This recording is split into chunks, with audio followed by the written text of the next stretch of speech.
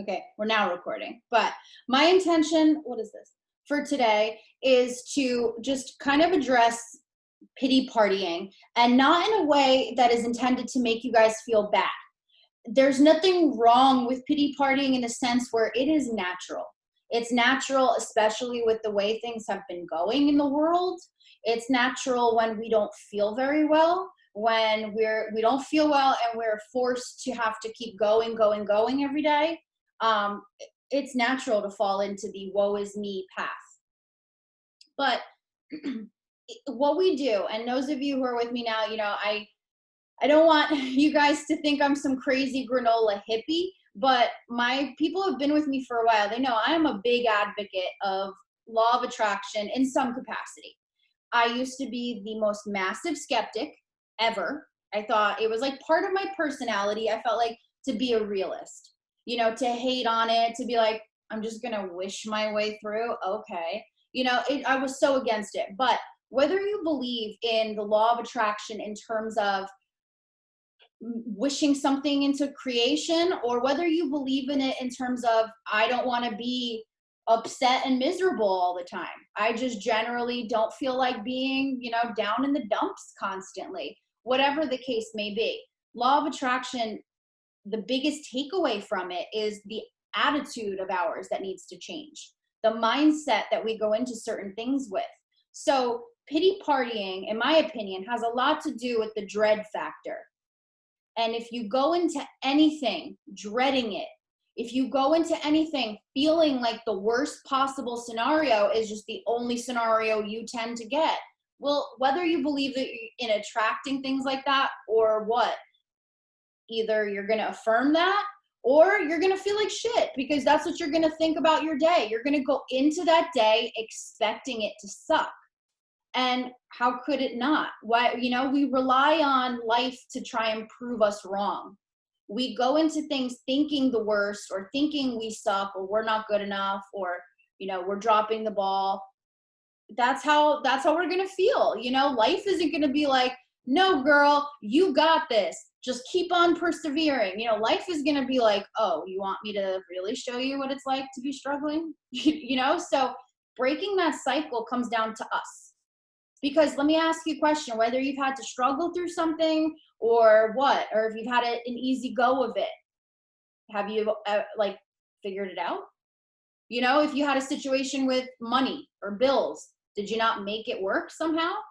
If you, didn't have anything to eat at home, you figured out how to get food, right? Problem solving is such a part of our everyday. So remember that when it comes to pity partying. When you find yourself and everything sucks and blah, blah, blah, and the whole day's gone rotten and you ate something you didn't want to eat, or you are craving something you wish you weren't craving, whatever the case may be. My first thing for you guys is to first recognize when you're doing it. I talk about, those of you where we haven't gotten to law of attraction yet, if you don't understand this part, that's okay. I have a video I can tag you in. But verbiage, that is such a huge part of this. And that's for whether you have been into law of attraction forever, whether you just want to change your outlook. Verbiage, okay? We are so quick to say that we hope it doesn't rain tomorrow, instead of saying, I hope it's sunny tomorrow. They mean the same thing, but one is littered with dread. I hope it doesn't rain tomorrow. You're not just like, oh, golly, I hope it doesn't rain. You're usually like, oh, I hope it doesn't rain tomorrow and screw up my whole plan. That's the dread. That's the attitude you're going into that with. Well, I hope it's sunny tomorrow. I have a lot of stuff I want to do. Isn't that what you mean when you're dreading it raining? Like, aren't you dreading it raining because you want to go out and do stuff? So we instinctively go for the negative, even if we're not a typical down in the dumps kind of person, so little things, this week, I want you guys to really pay attention to your verbiage.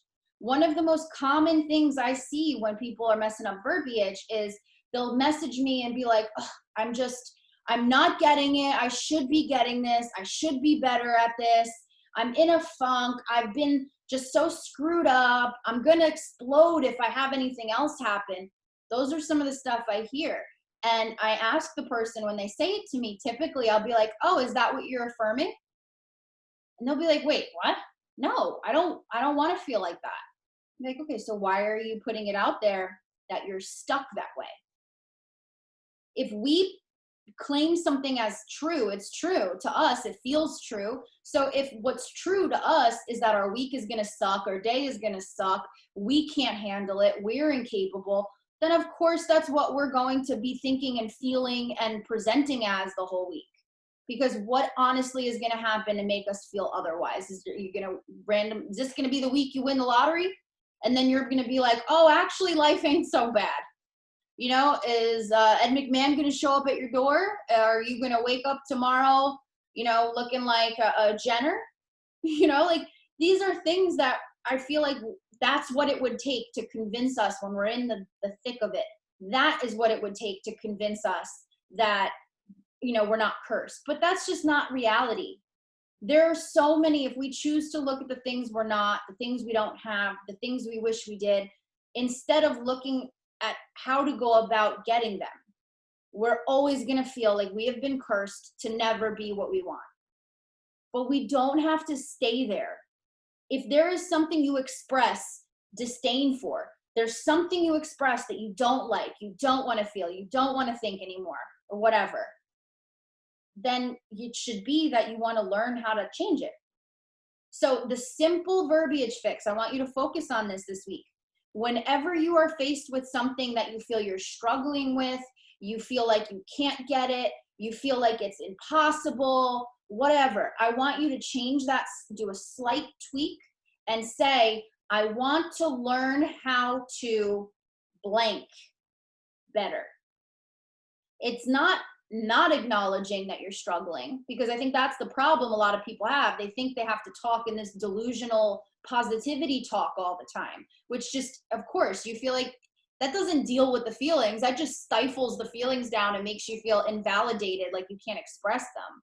So I want you to express how you're feeling, but I want you to express it in a way that isn't stuck, a way that is allowing the possibility to expand upon that. You know, so for example, I'm trying to think of something someone said. Oh yeah, okay, so someone said something about food to me today, and they were like, yeah, you know, I just have the worst time saying no. Like I just really suck at saying no, and I need to, like, I don't understand why I'm like this. And they were just going off on why they are like this. Why am I this person? Instead of, I really want to learn how to not eat emotionally. I really want to learn how to make choices I feel good about. It's not acknowledging the problem, but it's acknowledging it in a way as if there is a light at the end of the tunnel or a lesson you have not yet learned. None of us know everything, as much as I like to try. No, I'm just kidding. Like none of us know everything. The best person, the biggest expert in the room should always be an expert because they are determined to continue learning. If ever you encounter someone who feels satisfied with the amount they have learned and the amount they know, then that's someone who is like probably has a personality disorder, but also is like not ever going to know everything. Because if you stop trying to constantly learn, you stop growing. If you stop growing, I don't like the term, like if you're not growing, you're dying. It's very morbid, but you know what I mean? Like you are stuck if you decide to be. So something being hard and something being impossible are very different. Remember that. Don't affirm for the impossibility. Affirm for the fact that it's something difficult that you're going to have to tackle and learn. You know, every single client I work with goes through such hard stuff, you know, whether it's with work, with home, with health, with emotions, with, I want to say 99% of the women I speak with and work with have had trauma in their past, you know, all of these things, and they affirm that they're stuck. But I want you to know you can learn and do anything. If you've gotten to this point in life and you figured it out somehow to get to where you are right now, then you have that instinct in you to get it done. You just need to know how. So don't affirm as if you don't have that strength. Each of you at every point in your journey all have that strength, or else we wouldn't be talking.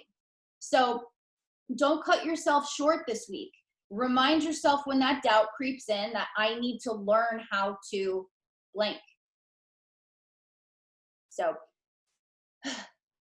throughout this week, whenever you guys feel like your motivation is waning, whenever you feel like you're looking in the mirror at yourself and you just don't like it, or you're looking at somebody else and comparing yourself to them, okay? I want you to say something like out loud to yourself, whatever. I want you to express what it is that you want to learn or you want to get better at.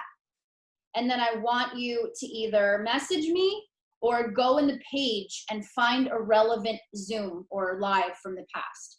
Go to the Academy page. You know, the thing about people who are always trying to grow is they're always trying to learn, as I mentioned. It's not that I don't have down days. It's not that I don't have moments where I nitpick myself. You know, it's not that I'm inhuman and I just don't care. It's that I realize when I am not at my best with what I'm thinking and what I'm putting out there, I'm choosing to live in misery. I'm choosing to live in a place that is stuck and finite instead of a place that can get better. And I don't ever want to make that choice. So what I do is I go on YouTube and I listen to some kind of video from somebody that I know is going to inspire me, pep me up, you know, talk shit to me and get me straight. Like, that is what I know I need. So when that happens and I know that I'm feeling that way, I know I don't want to continue feeling that way. So if you can, you know, look for a CCA lesson, like one of the past lessons, even if it's a refresher, let a video speak, like, you know, kind of pop out at you on the page and be like, okay, I think I need this message. Or go on YouTube if I'm not insulted. If you want to find someone else that motivates you, that's amazing. Or text me. If you're like, I'm too pissed off, I'm too upset, I'm too hopeless, whatever. And sometimes trying to like action step your way out of that makes you more anxious as a result. If that's where you're at, text me. It's why I'm here, you know? But pinpoint when you don't want to feel the way you're feeling. Pinpoint the fact that you're pity partying. And then either get a video or something or text me, but get the hell out of that funk, okay? It feels impossible to not, but nothing is going to lead you with more motivation and things like that if you feel like you're stuck. Because then what's the point? If in that moment you're feeling like everything is going to suck forever, what's the point in any of this, you know? And that's not how you should feel. So make sure you reach out if that happens. All right, so this is weird because I'm not used to the really quick ones. This is only our second week doing these little Sunday powwows. I'm very chatty. So for the sake of my commitment to you guys, doing a 15-minute quick little Zoom, I'm going to hop off here, but I want to know how you guys feel. You know, there's only 5 of you watching live. That's okay. Like I said, this is new. But the 5 of you watching, I want you to text me when this is over, and I want you to tell me what your thoughts were, what you felt, if you felt this was pertinent, helpful, if you need me to help you work out more stuff, whatever the case may be. But the 5 of you watching live, I'm committed to helping you guys. I want you to reach out and we'll chat about it. Okay, so go forward this week, knock it out of the park, know that you have support if you need it. I am here. The page, you know, the other ladies were here, and let us know how we can be of help. Okay, so enjoy the rest of your Sunday and your week. I'll catch up with you guys soon.